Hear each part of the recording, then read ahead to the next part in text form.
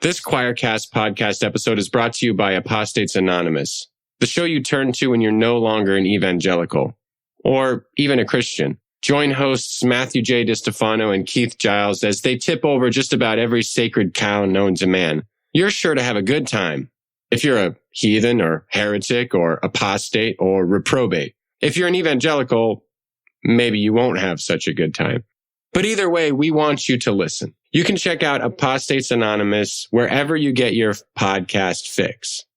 Now, on to the show. Western Christianity has spent the last 2,000 years telling everyone they're separated from God. This is Not Church with John and Nat Turney. Hey, everybody, welcome back to the podcast. My name is Nat Turney. I am here, as always, with my lovely brother, John. Say hi, John. Hi, John. That's right. I called you lovely. You know, I'm not ashamed to do that. You're a beautiful man. Well, and I'm only sad that our listeners can't see the visage that our guest and I are treated to. The luscious locks and the whole Duck Dynasty beard thing you got going. That's great, man. But we are back with another episode of This Is Not Church, and we are we're just pleased as punch, John. Are we not? Happy as clams at high tide, as they say. As they say, to have our guest with us, back with us for the third time, actually. Yeah, because we had him on really early on the podcast with Brad Jersak to talk about the book that they co-wrote. And then we had him on by himself a little while later. And then here he is, William Paul Young, back with us again. And again, not to blow smoke, but you know what? I feel like it's important to give honor and credit where honor and credit is due. And so speaking for myself, and I think I can speak for John as well, and probably millions and millions of other people around the world, Paul's writings have been some of the most influential in my life in helping to reclaim and reaffirm an image of God that I believe that religion has very, very tried desperately to steal from us and paper over with other performance-based garbage. And so I'll let Paul speak to that for himself, but we're just super happy that he's willing to come on the podcast. We never take that for granted or lightly. We're very, very appreciative. So welcome back to the podcast, William Paul Young. How are you, sir? I am very well and honored to be with you. And so the folks out there understand this is take two. The last time you blew smoke, the technology went crazy. And that's right. Well, now we know it wasn't just the smoke because we didn't crash and burn this time. Yeah, well, there's grace upon grace. There we go. And there's still time for it to crash and burn. We leave lots of room for that to happen. So there is indeed. No, honored to be with you guys. We appreciate you, man. So we tried this once before and you were on a roll. So I want to see if we can get that roll back. For those of you who do anything like this, you know, we are always at the mercy of technology, especially when you have people who are scattered all over the country. I'm in West Texas. John's in Northern California. And Paul, I assume, are you in Oregon? Or are you in Canada? No, we're just north of Portland, Oregon, and which is southern Washington. Absolutely. So Columbia River divides us. Yeah.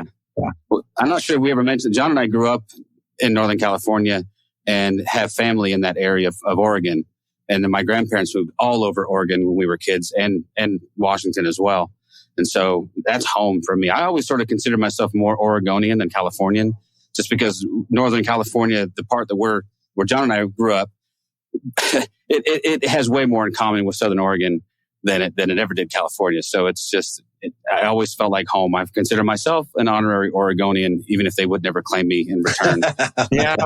The Pacific Northwest begins in Northern California. Yeah, I believe so. I agree with that. A lot of times people go, "Ooh, Pacific Northwest," and they think Seattle. I'm like, yeah, and I love Seattle, and I love, I just love all of it. But John and I, as we were, both growing up, and then even once we got married and had kids, we always take our kids up the coast. That's one of my kids' favorite trips is to just get on Highway 101 and just shoot up the coast and see what there is to see. And so, we love it. But it includes British Columbia too, because that's where my family is. They're all that's where we need to get back to. Last time my wife and I were in that area, it was the middle of COVID and we couldn't cross the border, and we were none too pleased because we were just going to make a beeline and see what we could see. But we were talking before we got interrupted by technology snafus about the pandemic and sort of some of the things that has afforded us to do. And so I turn it back over to you because you were making some excellent points, I thought.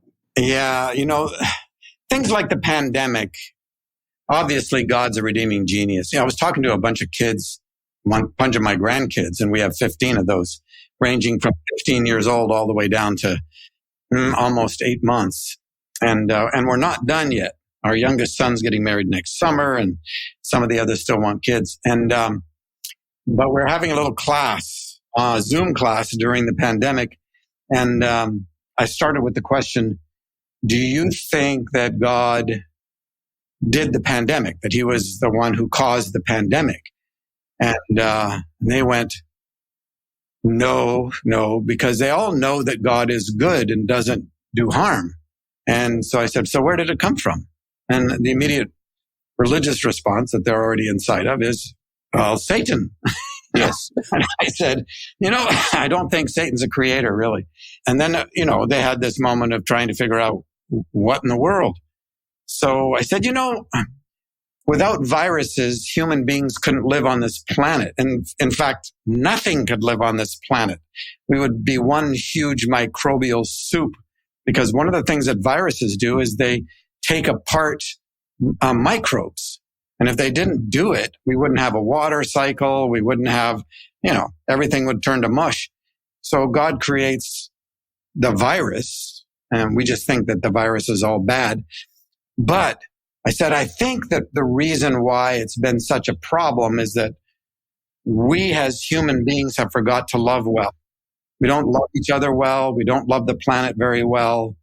And in a world where God submits to our greed or stupidity or whatever you want to call it, these things get out of hand. And so, God doesn't cause the damage and the harm, but God climbs into it as a redeeming genius.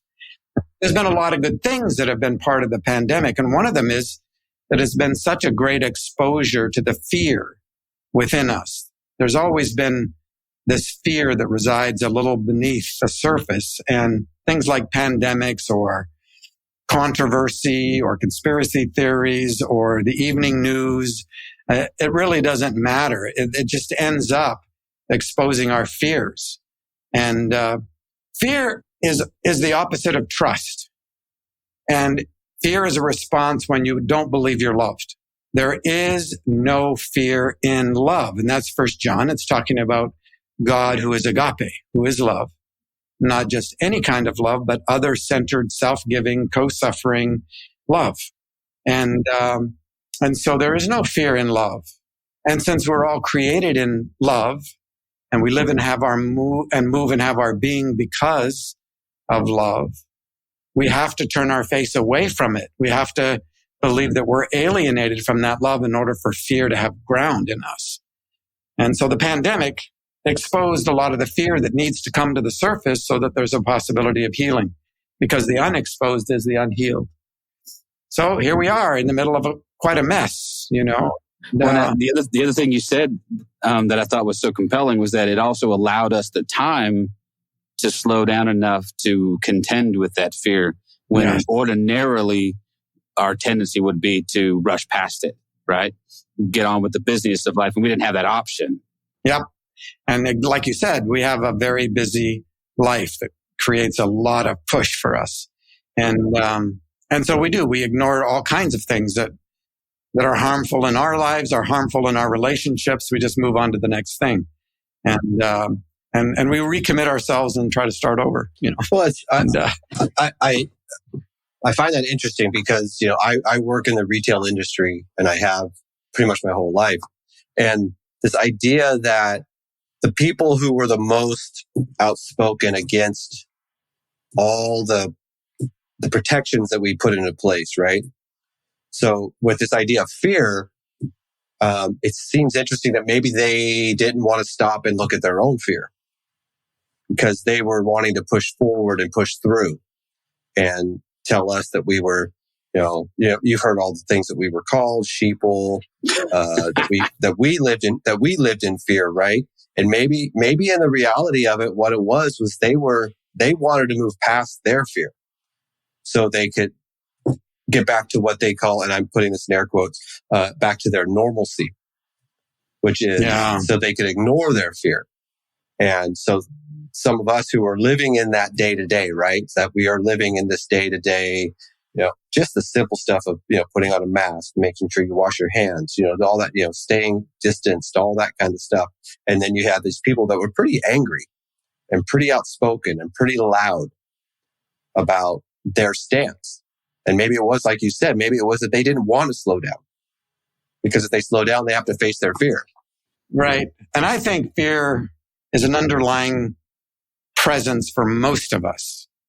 It has been in my life. And what it does, it pushes you in the direction of control. And when control becomes an issue, you know that you're not staying present to love. And you can't trust, right? So I'll give you an example.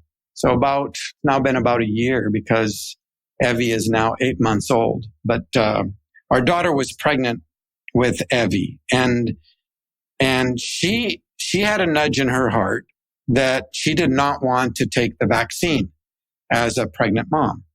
And I'm a missionary kid, man. I've been vaccinated for everything in the whole planet. Right. It's just like, oh, another vaccine, shoot me, And so I come from that world.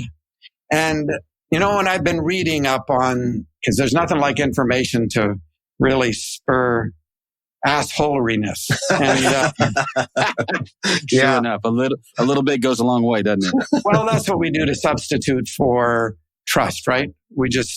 We grab onto information. And so I've been reading about information about the vaccine and pregnant women, and the information I was reading was very strong that the vaccine was safe and it was really good for pregnant women to be vaccinated.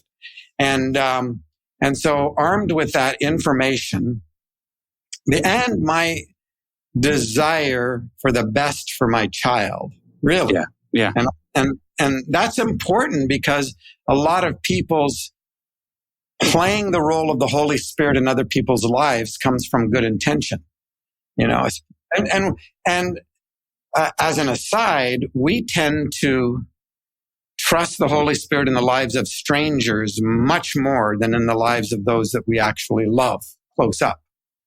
And it's a crazy thing. So, my daughter and her husband were in the pool, and I come over and start, trying to communicate the truth to my daughter, who, because I'm concerned for her, I'm concerned for the baby, and the conversation begins to be fair bit of tense. And at one point, I say this.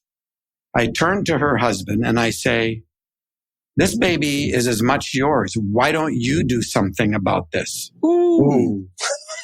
And I turn to my daughter and I watch the tears run down her face.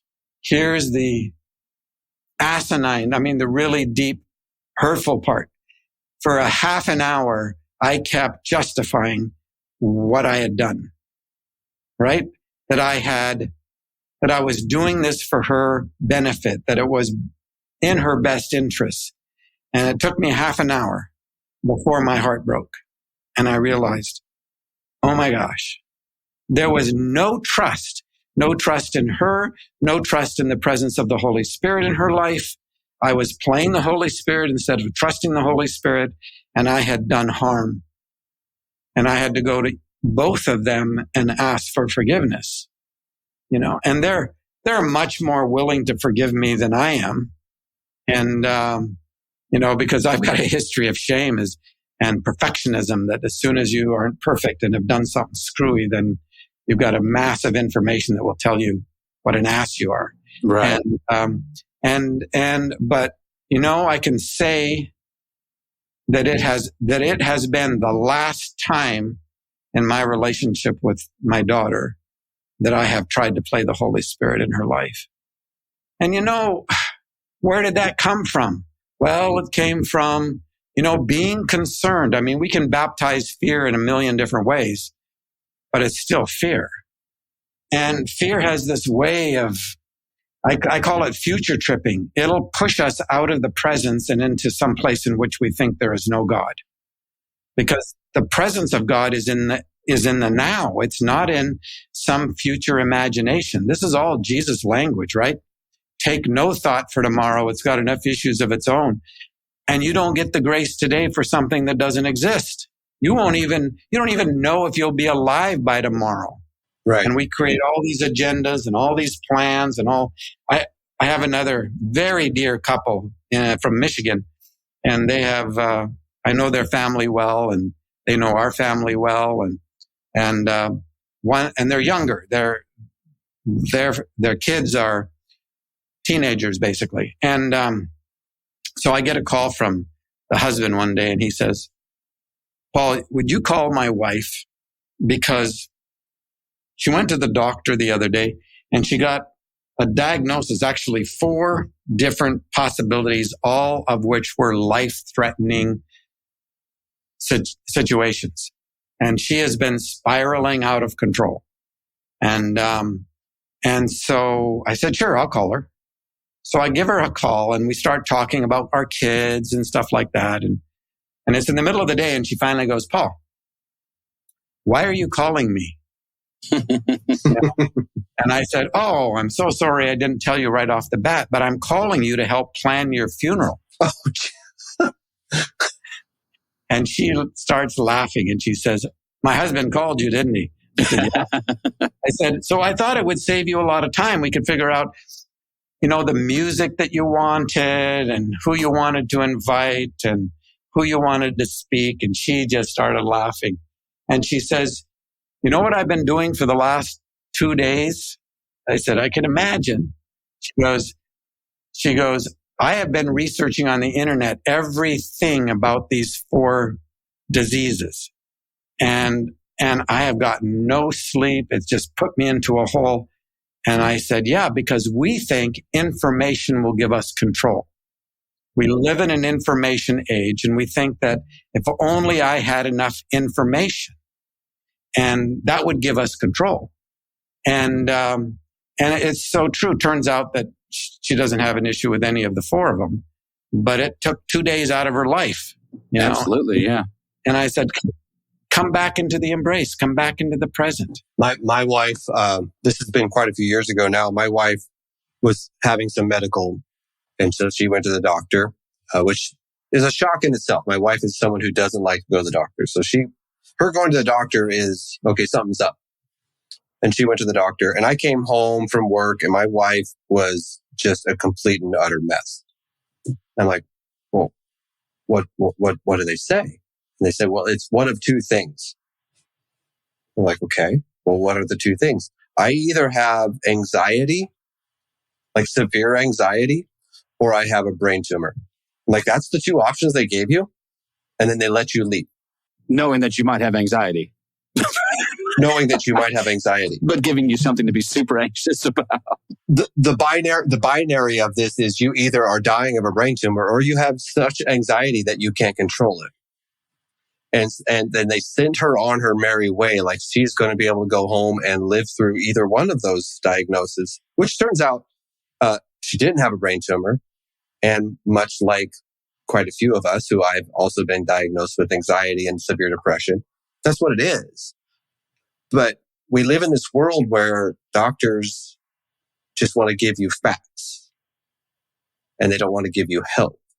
And so that's where,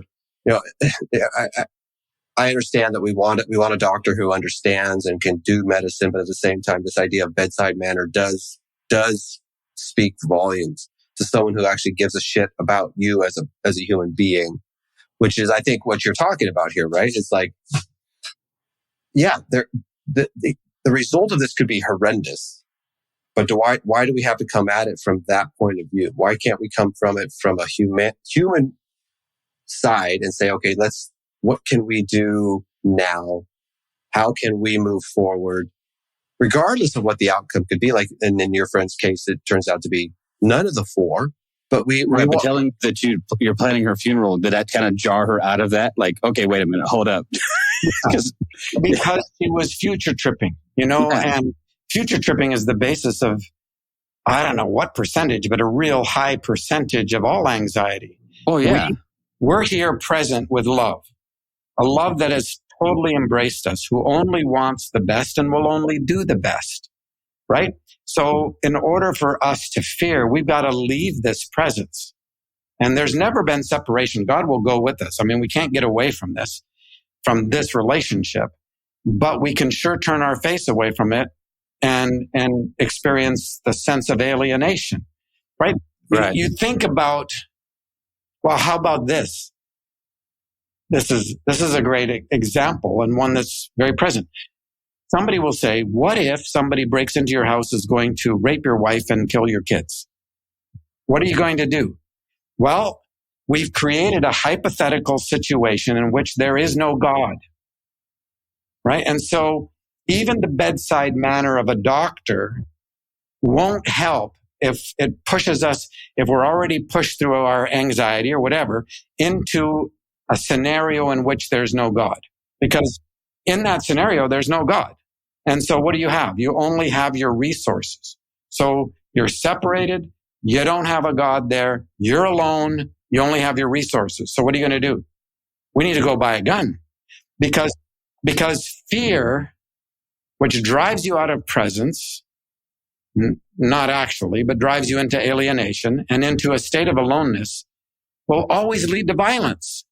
It will lead to violence in thought, in word, or in deed. And it's like, no, we gotta deal with this fear. 365 times in scripture, it says, fear not. And most of them says, because I'm with you. Fear not, I'm with you. So turn your face to me. In this moment, do you have enough? In this moment, are you surrounded by enough? In this moment, don't create an imagination in which, you're all alone, because you've never been alone and you're never going to be alone. So stay right here. Stay right here, because this is the only real world. Only in this real moment does love exist, hope exist, joy exist. In the presence is fullness of joy. This is the only place where peace is, right here, right now. But what if? Stay here. Stop. Do not go into the what ifs, because frankly, some brain aneurysm could come by and take you out tonight. I mean, seriously, something that you didn't know. Some car could come across the center line. And there's nothing like death to screw up your agenda. And so it's like, no, stay here. Don't be considering all the outcomes. Trust me. Trust me. Why would I trust you? Because I love you. There is no fear in love. And the only place that love exists is in the real world, which is only here, only now. It's called eternal life. That's what it's called. And I'm not sure if it could have been you. I mean, I've seen you speak a couple times, so it could have been you that made this comparison. And it was this, this idea of like, so we're trying to incorporate this idea of love and that we can reach out in love. And so, which a lot of people look at as pacifism or nonviolence, right? So then someone will inherently say something like, well, what if someone comes into your house and tries to murder or rape your wife? And again, if it wasn't you, it was somebody similar to you that says, okay, well, if we're going to go into that weird scenario, which I have no concept in my life, it hasn't happened in my life. I'm not saying it hasn't happened, but in my personal life, it's never happened. Then I'm going to go ahead and give you the inconceivable, which is that I fall down on my knees and I pray to the God, and God converts this person on the spot, and salvation happens, and he walks out of the house and doesn't do anything. Right? Because if we're imagining scenarios, right, why not imagine that scenario? Right. But they always want to go so binary. They want to say, okay, so you're talking about this nonviolent resistance of Jesus. And then they give you this very binary black and white response. And again, I'm not sure if it was you when I saw you say this, but it was, okay, here's the scenario. Yeah. But both scenarios are imagination. Right. Exactly. Yeah. Take every thought, every empty imagination that raises itself up against the knowing of God. Mm-hmm. Why leave the presence of God to create an imagination? Right. What's the point? And it's because we've been trained not to trust. And it doesn't mean you trust in terms of the outcomes, because you don't know what the outcomes are. I was last year, a year ago, I was starting to have these episodes, didn't know what they were. had never experienced anything like them, and had never even heard anybody that experienced them. And the first set of them lasted 4 days, May of a year ago from last May. And then they were gone. And it was like, wow, that was weird. And it left some residual things, some of which were great gifts. And so then it happened again near Thanksgiving. Then it happened again near Christmas. And then it happened again right at the beginning of February.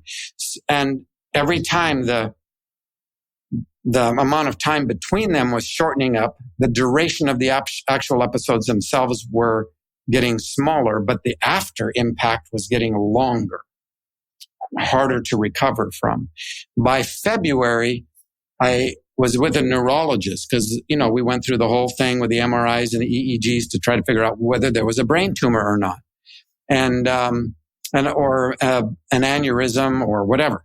And I ended up with a neurologist that lives up near us, and he turns out to be an epileptologist. And he asked me questions for about an hour, and he says, "I'm like 90% sure you have epilepsy."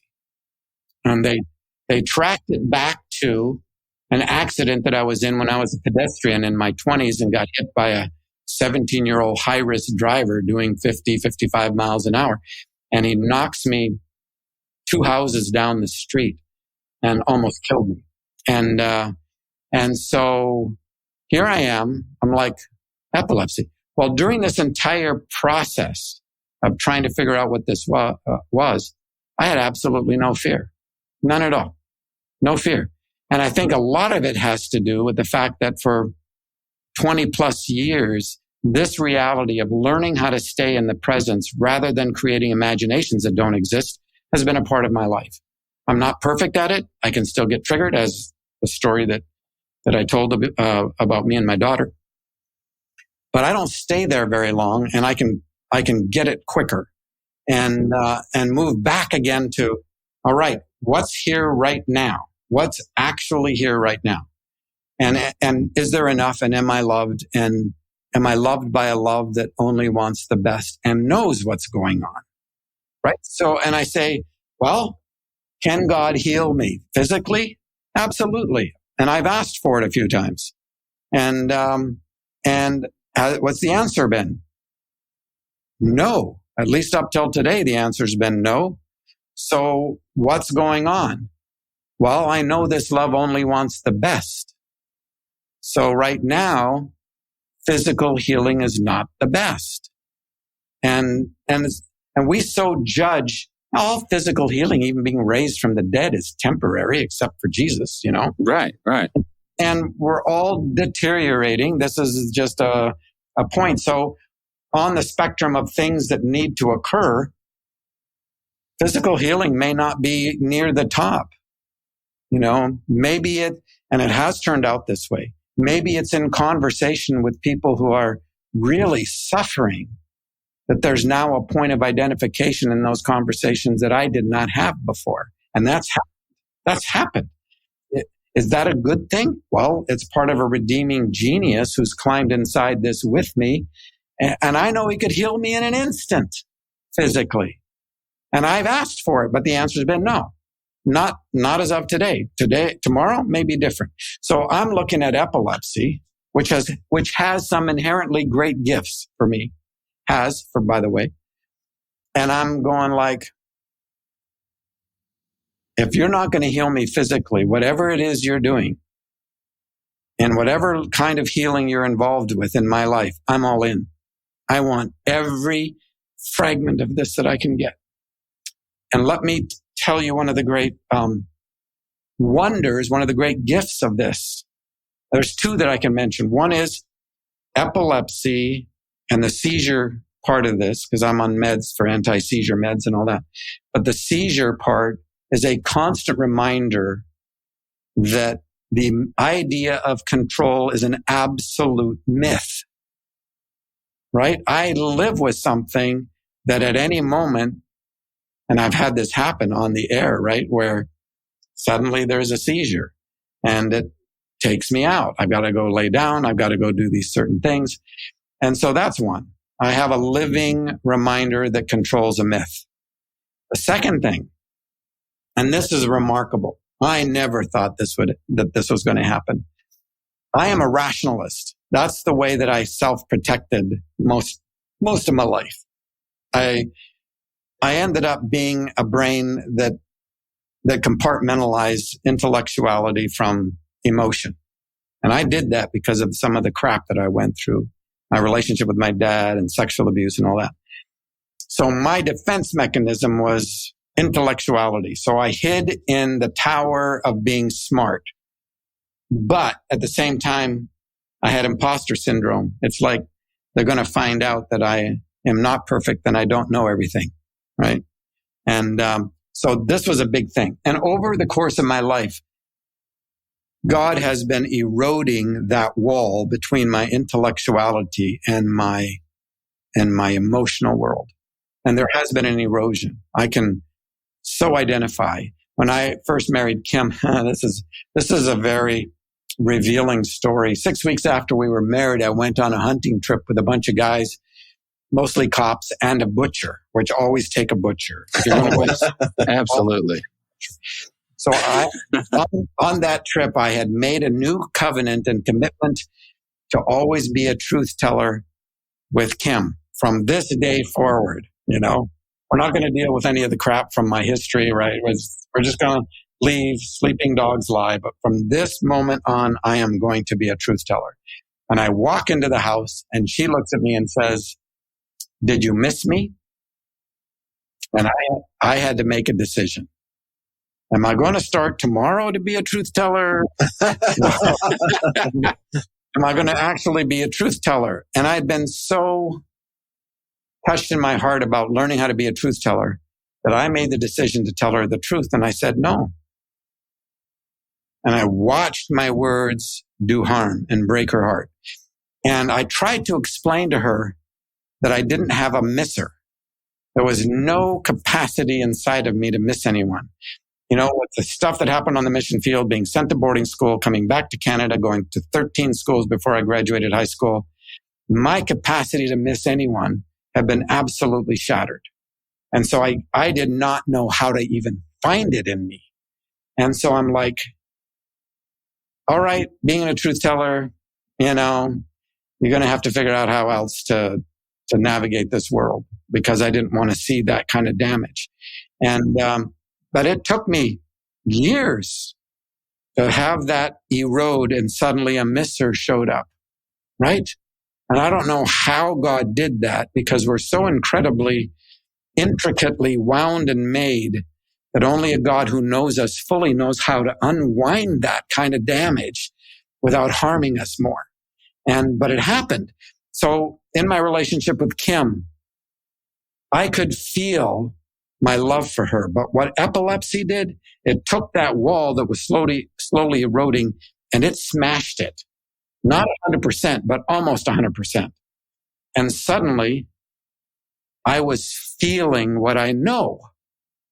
I know that I love Kim, but now I'm feeling it. I know I love my kids, but now I'm feeling it. And there was this thing about integration between those two worlds, and epilepsy did it. You know, did God cause my epilepsy? No. Was that part of God's perfect plan for my life? Absolutely not. It is part of the decay of a planet in which we do not love well, right? It's not good. And yet God climbs into that which is not good and is a redeeming genius inside of it, so that there are gifts along the way and it becomes part of the landscape, that good things emerge out of it. And it's the redemption of the losses that we created that would allow epilepsy to come to the surface. So I'm all in. So when people say, well, Paul, how do we pray for you? I go like, I have no idea. You know, ask Jesus. He knows. And so again, here you are faced with something that continually reminds you that control is a myth. And I don't have any fear. I'm not afraid to die, right? I'm not. And then that was resolved some time ago. So when you're not afraid to die, you're not afraid to live. And the biggest living part is right here, right now. I mean, my conversation with you, Nat and John, is a result of my whole life coming to this moment of being present, right? Why would I want to be anywhere else? And that includes the hard things like being with my daughter when I break her heart. And I'm like, what was I thinking? I was being driven by fear and thinking that information would give me enough control to convince somebody else. Information never causes transformation, only revelation, only when somebody sees from the inside, or they're loved in a way that bypasses the intellectuality and they don't have an answer for it. That is, it penetrates deeply. And I think the Shack did that. I think the Shack hit people in the heart because it's such a human book. And yeah, they started wrestling when it hit their heads. But it got through and they can't exactly unsee what they saw in that moment. And then God, the Holy Spirit, begins to climb inside that space and begins to ask the questions that they can't ignore. They can try to ignore, but it's only a matter of time. Well, I found it strange and just listening to you talk, this is putting some clothing on the mannequin, so to speak. So giving some words to this, but I noticed that once people got through the heart stuff, or they tried to get through the heart stuff, that wrestling with the head stuff was where the illusion of control came in, because the heart stuff pulls you out of that. And now you want to argue theology. And now you want to argue doctrine. And now you want to nitpick, all these little fine points. And, as I'm sure theologians can take your book and they can find points of contention all over the place, but they're missing the forest for the trees, right? I mean, it's like you come into this gospel story, and I truly believe we're transformed by story. I'm 100% convinced of it. And so the stories don't have to be perfect. I could nitpick. I could find flaws. I guess you could find flaws in Jesus' stories and go, well, that doesn't quite make sense. And then you find yourself missing the point utterly in missing the heart of the story. And one of those things that I was thinking of while you were talking was this lie of separation, this place where we live inside of fear. The other word that keeps popping into my head and keeps coming up in conversation is scarcity. Yeah. The lie of scarcity and lack, as though there's just so much and I have to hold on to what's mine. Walter Wink talks about this, and I believe it is in his trilogy about the powers, and so much of, and coming at it from a socio-political point of view, that this lie of scarcity propels us to do things that are violent and that are exclusionary to others. But I can see that being an underlying issue, whether it's a scarcity of God's ability or willingness to heal. I just maybe there's only so much healing to go around, and I'm not going to get my part of it. Obviously money and food insecurity and all these other things come into play. But yeah, that's we talked about that just yesterday with the lady we had on who wrote a really good book about the Advent, and she had been talking about the scarcity concept. But I mean, how does that resonate with you? Does that sound right? Yeah. So it's more than a lie, and it's a lie that is birthed out of fear, right? So every time you deal with fear, you're being invited to trust. And a lot of times when you're invited to trust, all kinds of fears will show up, right? You see it in the disciples all the time, They're fighting over a loaf of bread when the bread of life is in the boat. Right. The rich young ruler can't let go of his money when the riches of heaven and on earth are offered to him, right?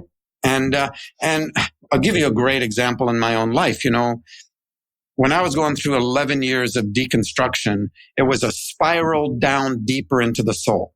And I like the spiral idea because when you're in a healing process, it feels like you're just going around in circles, and you think you're seeing the exact same territory over and over and over, when a spiral is always going somewhere. And the links, the circles of that spiral may be so close together that it feels like nothing's changing, but it is. You're never the same person 2 days in a row. And you're never the same person when you're trying to deal with something and you've been failing at it over and over. It's the same territory. So in this 11-year journey of mine, as I went around that spiral, I would keep running into fears. And I had to make choices to trust. And I'm telling you, that was so hard because the things that I had and counted on and trusted, even though they failed me, seemed easier than being loved by a God who saw me as the center of his care and affection, right? So I went deeper and deeper and deeper, kept running into these areas of mistrust or fear. I got down to the biggest one that I had to deal with really down deep in my life. And I don't know what that is in terms of the spiral in anybody else's life, but this was a big one for me. And I bet you it's a big one for most people, especially in America. The fear of financial insecurity, right? It was money. And it made sense to me that we would put on our money in God we trust, on money, right? That totally makes sense to me because money gives us the sense of control. But even when we have it, then the fear turns to losing it, right? So it's all centered in that. So at the beginning of my 11th year, I ran into this. And it came from a number of years of hiding things from Kim, so I didn't want her to be too concerned about the financial stuff, all the bullshit we tell ourselves to justify stuff. And I didn't want her to be worried, so you're just protecting her, right? Just protecting her. Yeah. It's for her own good. I got it. Exactly. It's such great nobility and it's so much bullshit. So, and I'd made some decisions that got slammed during 2008. And so now it's a few years later. We owned a house that we had now lived in for 17 years. And I suddenly look, and by this time, Kim and I, it's an open book. And I have to tell Kim, we're in a really bad financial situation and our house is at risk. And of course it made her really thrilled. And so, but I mean, we're both in a place where, all right. And I'm sitting at my desk at the work that I was doing and I'm looking at our finances and they were really upside down. I'd mortgaged the house a number of times in order to try to stay the perfect husband for Kim. That was one of the motivations. I didn't want her ever disappointed in my view of how I thought she needed to see me, right? And so financial security was part of that. So here I am facing this. And I decided to go on a fast, I used to do that when I was younger, but it was a hunger strike back then. And, part of magic. But now it was like, I need to hear you. I need to hear you. This is such a deep thing. I can't hear you.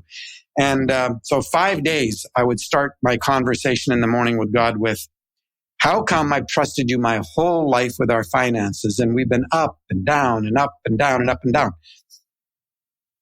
5 days, I hear nothing, right? My internal relationship with God, I've never heard God speak audibly, but I know the voice, right? And because it's way more tender to me than I would ever be. And it's very confrontational too, in a very kind sort of way. So 5 days. Well, the 5th day, I say the same thing. How come I've trusted you my whole life with our finances? We've been up and down, up and down. And in the silence, I hear, so Paul, are you ready to listen? And I'm like, why do you think I'm fasting? And I hear, Paul, listen to me. You have never trusted me your whole life with anything, let alone your finances, right? When you've gotten into trouble, you didn't trust me. You manipulated relationships. You shaded the truth and you lied sometimes outright to cover your ass. And it was a bombshell to me. And I'm on the floor just crying and crying and crying and crying because it was like the light opened up and I'm like, oh my gosh, I've been lying to God for 5 days, thinking that I was telling him the truth. And my whole life has just been revealed to me as absolutely not trusting. And it wasn't trying to shame me. It was trying to expose something, because the unexposed is the unhealed. And so now I'm sitting there going like, what do I do? What do I do as an act of trust in the face of this? And an idea came to mind. So I had about a dozen guys in my life at this point, and I knew 3 of them could write me a check, wouldn't harm them whatsoever, and knock me out of my situation, right? And so I call each of the guys up and I tell them our situation, which having guys in my life that way was a brand new thing for me. I was learning how to trust people as well as learning how to trust God. And so I told them, this is our situation. And this is where we're at. This is what we're facing. And then I said to every one of them, please, please, please don't rescue me from this. If you rescue me from this, you're probably going to interfere with God, whatever God wants to do in my heart about this. So don't do it. Because I knew I could manipulate the relationship. I knew that I could say the right things. I knew that I had the power to shade the truth in a way that they would emotionally respond to it. And then they would come to my rescue. I knew that. And even if I didn't do that, I knew some of them loved me so dearly, they would come to my rescue. And I didn't do this absolutely cleanly. I gave God a little wiggle room. I said, so if God shows up as a burning bush or an angel with a big fiery sword or something and tells you to help me, fine. But other than that, don't rescue me. And this was in January of that year.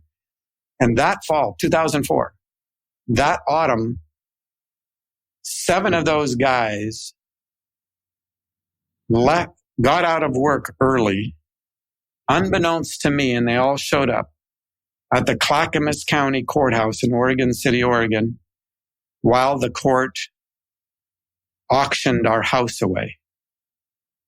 And I bawled, not because I lost the house, because I had 7 guys who would show up and sit with me while my house was auctioned away. And these guys helped us pack up whatever we had left because the creditors took the cars, and then they took a lot of our stuff, and they helped us move to a little place on Wildcat Mountain Road. And a couple months later, we moved to a little tiny house on the corner of 12th Street in Gresham. And we had nothing.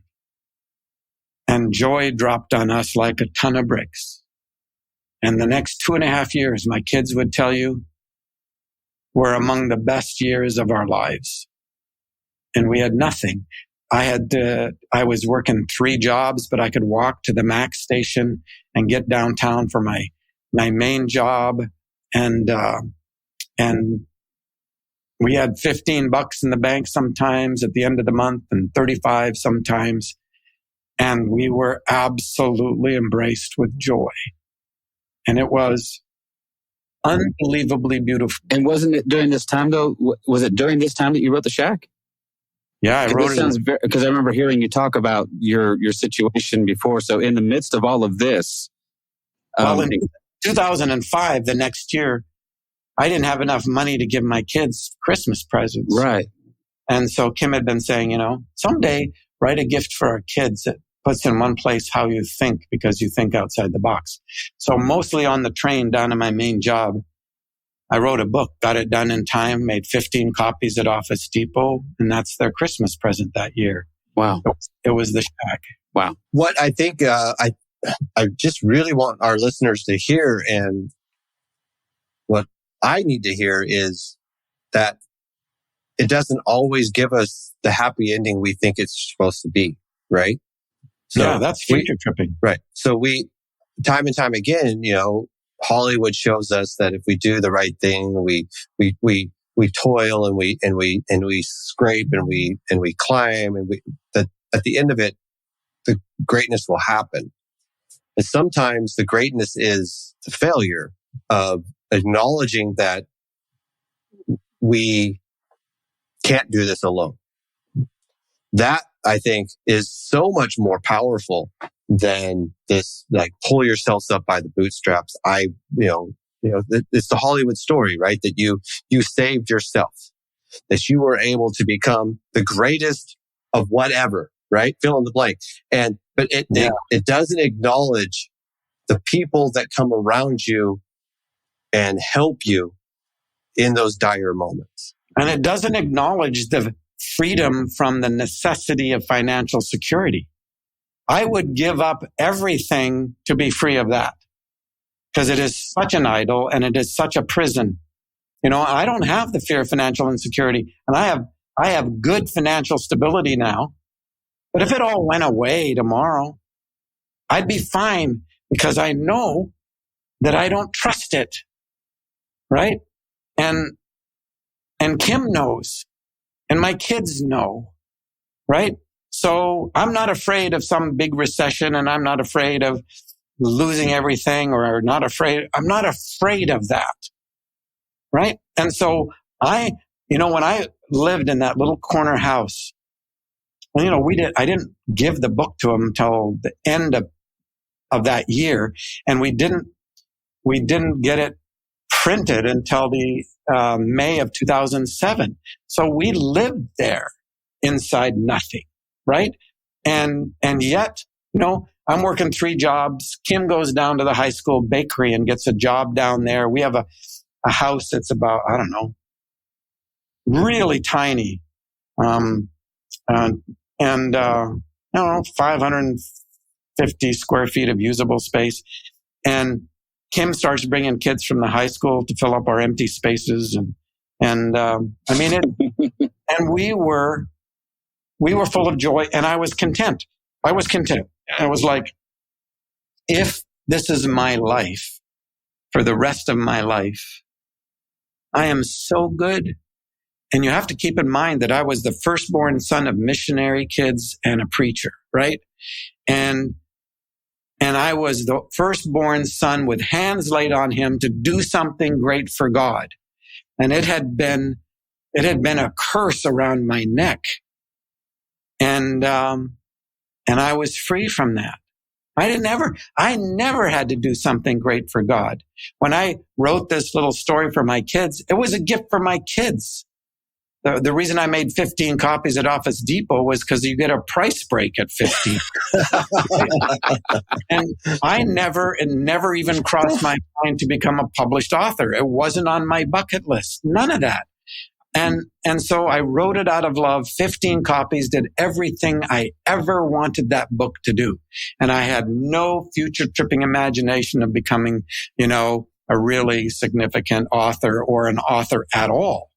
And then how that unfolded was in the grace of each day at a time, because I didn't need wisdom until the day that it happened, right? Moment by moment, staying beside this affection and this embrace. And then you get to realize you have an ability to respond to things that are real, not to some things that aren't real. You don't get grace today for things that don't exist. Right? And that allows me to be present. That allows me to be fully present with whoever and whatever is in front of me. And that's where God actually lives with me. Well, and then isn't that the heart then of what Paul says, when he talks about, the other Paul, you're one great Paul, the other great Paul, learning to be content in all things, learning to listen, I've had and I've lacked. And my contentment is not contingent upon those two realities. In fact, they're not even realities. The reality is my contentment is a gift from God. It's leaning into the presence of God at all times. And then those other things are just things that happen to me, and they don't have, and I won't give them the power to steal my peace or my joy. My wife and I'm also married to a Kim, and I have done similar things with our finances over the years, because I would tell her for the same things that you said. I just didn't want you to worry. The truth was I didn't want you to see me as a failure. So I was trying desperately to fix it. I was trying desperately to make sure you never saw that I was mishandling the money, that I had tried all these schemes to fix it. And all of my schemes blew up in my face like Wile E. Coyote, every single one, until they literally blew up in our face and we almost lost everything. And at that point, then she had to know this is what's happening and it's my fault. And it was a real truth telling moment for us. And we'd been married at that point 25 years. It wasn't like we were young. I'd been playing this Ponzi game, this sort of shell game with our money for years. That was my go-to. I'll move money from this place and I'll get this credit card to cover this credit card and blah, blah, blah, And, there was a point where and the reason I'm saying is because I resonate with what you said. There was a point where we had nothing. We had the house we lived in, which we thankfully were able to hold on to. And then that was it, man. And then we had to live for the next several years on literally whatever. I mean, there was no future tripping as far as credit cards went. There was no, it was literally, if you had the money for it, you could have it. If you didn't, you went without it. And I tell you what, we learned a lot. We learned how to live that. And I think the lesson from that, and correct me if I'm wrong, maybe the lesson for you is that as well, why you can arrive at a place where you say, listen, if it all went away tomorrow, I'm okay. Because I learned all that stuff was just superfluous anyway. We did without it before, we'll do without it again. And so therefore, if finances change and suddenly you do have some, I think you have better tools to handle that. Does that make sense? I mean, yeah, I put it a little bit different. Sure. I don't care about the future. I don't care about the outcomes. What I know is, regardless of anything, I will be inside the embrace of love. Period. It's not that I have better tools, because, you can be inside very, very difficult situations that were wrong and that you had nothing to do with. Yeah, for sure. Right? And so I don't know what anything is future tripping wise, but I do know what's here and now, and that's not going to change. I know that I'm loved. That's not going to change. I don't care what comes down the road. That's not going to change. And so whatever does, I'm going to have everything. I'm not going to be lacking. I'm not going to be, and all the details of that will be worked out as it unfolds. Wow.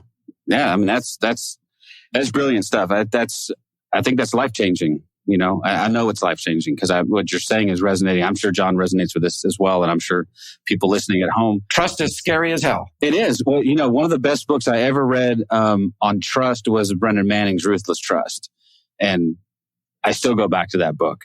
Just first of all, just because Brendan always had just a way with words. But there was that. I love his juxtaposition of words like that, ruthless and trust. This idea that this trust we're called into, it brooks no argument. You either trust or you don't. It is an all or nothing proposition. And so, for Brennan, it was this act of day to day deciding to live in the now. And like you just said, not worrying about what the future holds, not even caring what the future holds, just learning. And I think that's probably something that as a culture, I think we struggle with a bunch, don't you?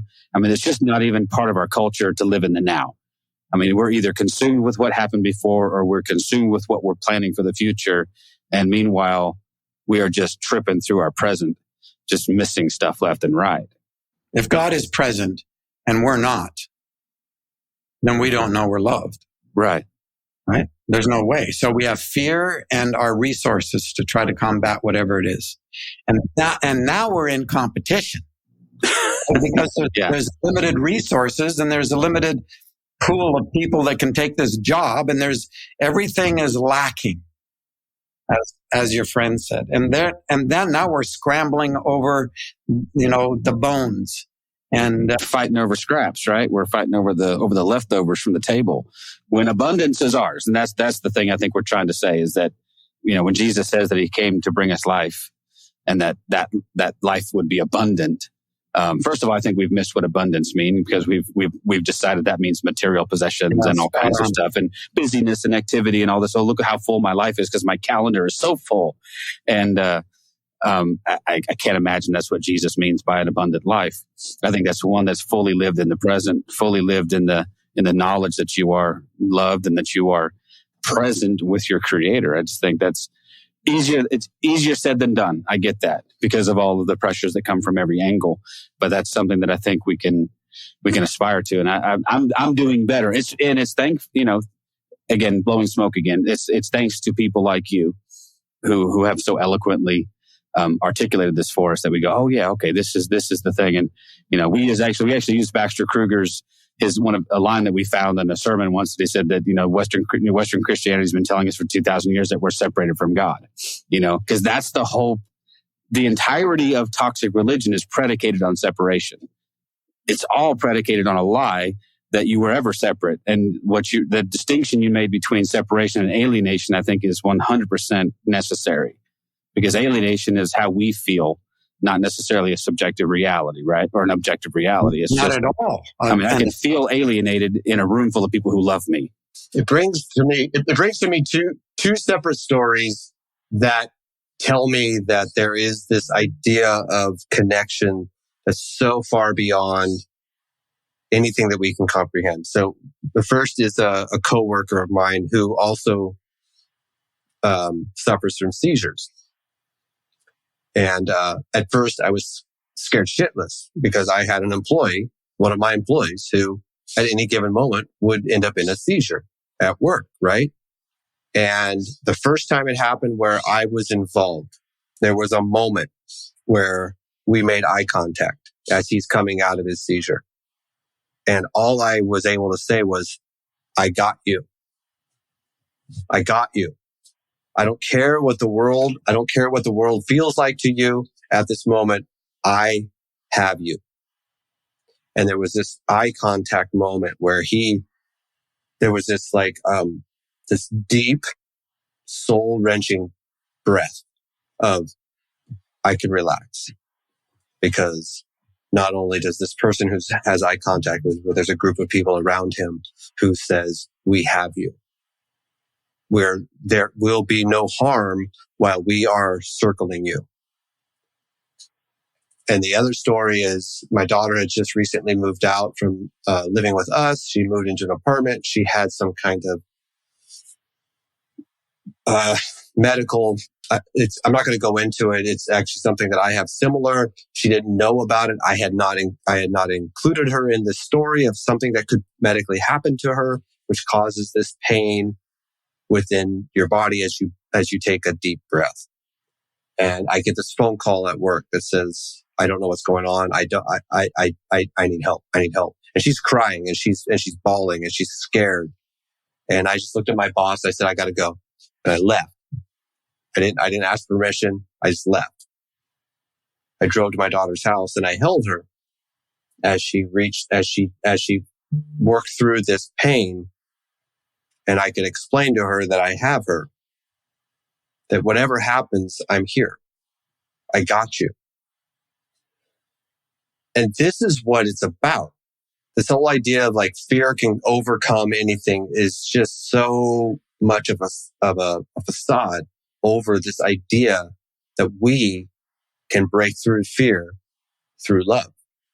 That we can break through all of this through community and connection and togetherness and letting someone know that I got you. I have you.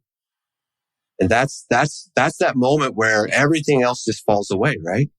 Yeah. Even our enemies will tell us the truth when our friends even can't. So just to wrap some of this up, let me finish the story that will kind of, because I told you about the losses and everything. That was all in 2004.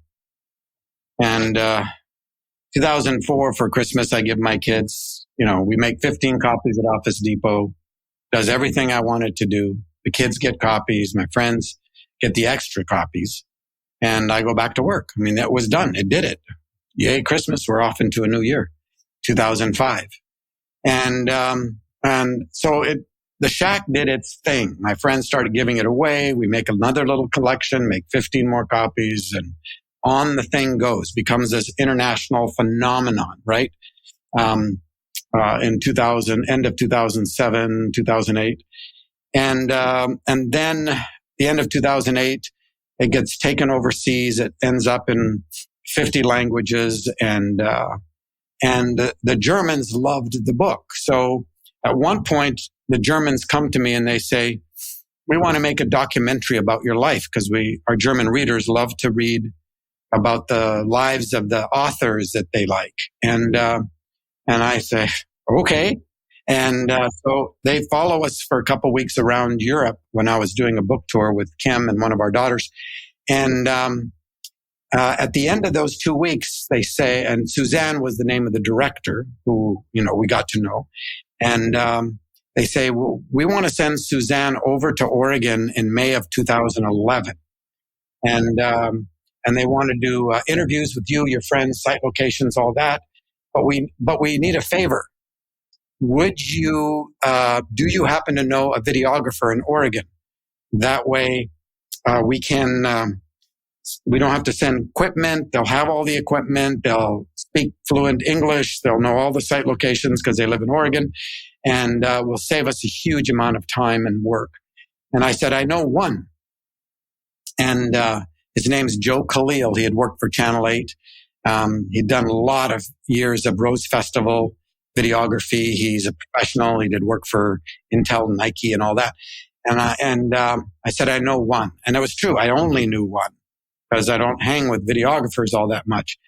He was one of the 7 guys that sat with me at the county courthouse when they auctioned our house. And so I turned him over to Suzanne, and they started a conversation about logistics and all this. And I don't know until later that at one point Joe says, Suzanne, I can't do the job. I've pushed Nike off, I think it was Nike, a couple times for a job that we're doing together, and I can't do it a third time, and it's right in the same week that you're coming. But he says, the good news is I know every videographer in Oregon. So I'm handing you over to a friend of mine named Joe Phelps is his last name.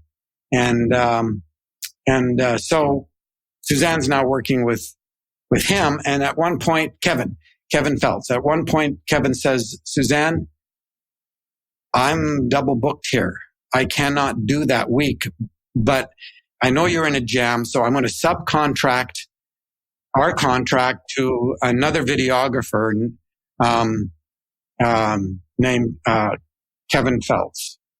So Kevin Phelps is the third guy, right? So it went from Joe to Bill Dolan. Bill Dolan was the second guy to Kevin Phelps. Well, I don't even know this is going on, right? All I know is that one of the places that they wanted to shoot at right at the beginning was at the little house that we lived in on the corner of 12th Street in Gresham, little rental place. It was about 950 square feet of usable space. That's the one. And so they said, would you call up the people who are living there and see if we can have permission to film there? And I said, sure. 2 single moms. This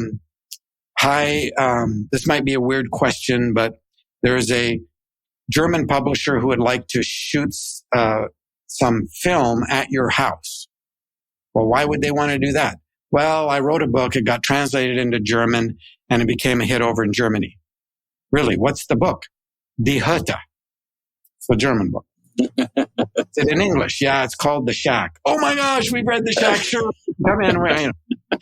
So I'm standing on the porch of this little house and Suzanne's standing next to me, and up walks this videographer that I don't know, Kevin Phelps. And he's kind of looking around and he goes, hey, Paul, can I ask you a weird question? Like, anything he asks me going to be weird to me. And he says, this is May 2011. He says, back when you were living here, Christmas 2005, at Christmas, did you ever have someone slip some money under your door? And I went, yeah, but nobody knows about that. He said, that was me. And I'm like, what? He said, yeah, it was a weird year. Christmas was coming and I had this nudge from the Holy Spirit to give some money to someone who had nothing. But I didn't know anybody like that. And I was kind of in a jam about it. And I was at Blockbuster picking up a movie for my kids, ran into a business guy who was picking up a movie for his kids, but he lives on the other side of town. A couple of years earlier, we had shared some office space. And I don't know why, but we get into this and I tell him, hey, I got this nudge and I'm supposed to give some money to somebody this Christmas, but I don't know anybody like that. Paul, he didn't tell me who lived here. He just wrote down an address. And in the middle of night at Christmas, I slipped 5 $20 bills under your door. And I'm like, who is the guy at Blockbuster? He said, he's a business guy. You probably don't know him. His name is Scott Klausner. Scott's one of my best friends. One of the 7 guys that sat with me at the county courthouse in Oregon City when they auctioned off the house. And I'm going like, Kevin, you don't understand. That $100 that you slipped under my door, it paid for some things that Kim and I really needed right then. But it gave me the extra money to go down to Office Depot and print the first 15 copies of The Shack. And I'm thinking like, here this whole crazy thing has happened. And it took a German secular publishing company to decide to do a documentary. And then they decide to do it at a specific time where 2 videographers had to not do it in order for me to meet the man who gave me enough money so that I could give my kids a Christmas gift that year. There is a God who is with us, in the middle of everything. A redeeming genius who sometimes does things that we don't even know about and won't know until we're on the other side of the veil. And this is the love with which we are embraced. That is a perfect way to wrap it up, Paul. It is. Wow, that's amazing. John's wiping tears. I can tell he's fighting them back. Don't fight them back. It's okay, man. As always, every time we talk to you, it's something new. It's what's really interesting to me is, and here's a little place of connection for you and I. John and I have family in Gresham. When my wife and I got engaged, we wanted our youth pastor when we were kids to marry us. So this guy David had moved from the church where we had met. Kim and I met in a church, and had been pastoring a church in Oregon City.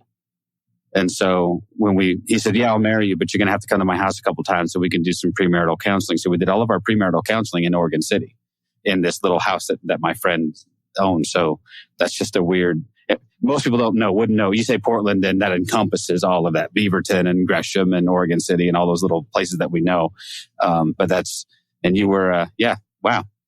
We're all sort of stomping the same ground, kind of going around the same little tracks together, and that's amazing. So I don't want to forget to mention. I know this isn't future tripping. This is just stuff that is going to happen. That in next summer you are hosting an Alaskan cruise. That will be amazing. Yeah. So if you've lasted this long into the podcast, the special treat is that if you want to book a trip and go hang out with Paul for a few days and see some of the most amazing stuff you'll probably see in your lifetime on the Inside Passage to Alaska. That's happening, you said June 6th, I think it starts. It's called, you can find it on theshackcruise.com. Yeah. So I'm stoked. I was telling you offline that I'm having to go, whoa, shoot, I'm booked for something in June. This sounds like it might be better. I don't know. I'll have to talk to I know which way my wife will choose. It'll be Nashville in June, or will it be Alaska? And she's going to go in June in Texas. It's going to be 1 billion degrees. We could be someplace cool. and with some cool folks. She might say, I can be someplace. Yeah, cool. Maybe I send her to Alaska and she sends me to Nashville, which will also be likely hot. And no, we've talked about an Alaskan cruise forever. So I showed her that a while back, and she's like, yeah, we have to make that happen. So that's coming. Obviously, Paul has written more than just The Shack. There are other books available. We'll link to all those things in the show notes. If you're not aware, if you haven't read Lies We Believe About God, it's another amazing book. The book that he co-wrote with Brad Jersak called The Pastor is another phenomenal, amazing book. Eve Am I missing anything book-wise? Crossroads. Oh, Crossroads. Yeah. See, he's a prolific guy. This Paul Young. He's not just a one-trick pony. He's got chops, and he's written some cool stuff, and he has really cool friends. He hangs out with guys like Brad Jersak and Baxter Kruger and other people that we know and respect and love. So, one of these days we'll get I think it'd be great to have you and Baxter on together again. Oh, I would love to do that. So if I don't have any luck reaching out, maybe I'll reach out to him through you and be like, hey, get on the podcast, you and me and Baxter, and we'll talk about. I really want to nail him down. He teased some subject last time we talked about Celtic Christianity, and then we went off in a whole other direction. And John and I were just like, wait a minute, hold on, come back and talk about that. That sounds amazing. Yeah. So, but anyway, I appreciate you taking the time on, and from the bottom of my heart, thank you for what you wrote about my book coming up. That put me on cloud nine for a few days. I was pretty impossible to live with for a couple days. I was like, hey, it's well deserved. I appreciate it. You have your fingerprints are all over that thing as well. So your influence is pretty wide, man. I hope you know that we all owe a pretty big debt to you. So we appreciate you, man. Thank you so much. Thank you very Honored much. to be with you. Much love to you. All right. Peace out. Thank you for listening to This Is Not Church. Be sure to rate and review the podcast on your platform of choice. If you would like to partner with us, visit patreon.com/thisisnotchurch, where you will receive exclusive content such as early access to episodes, videos of upcoming episodes, and live Q&A sessions. Be sure to check out our Facebook group or follow us on Twitter and Instagram. All the links are in the show notes. We'll be back soon with another episode.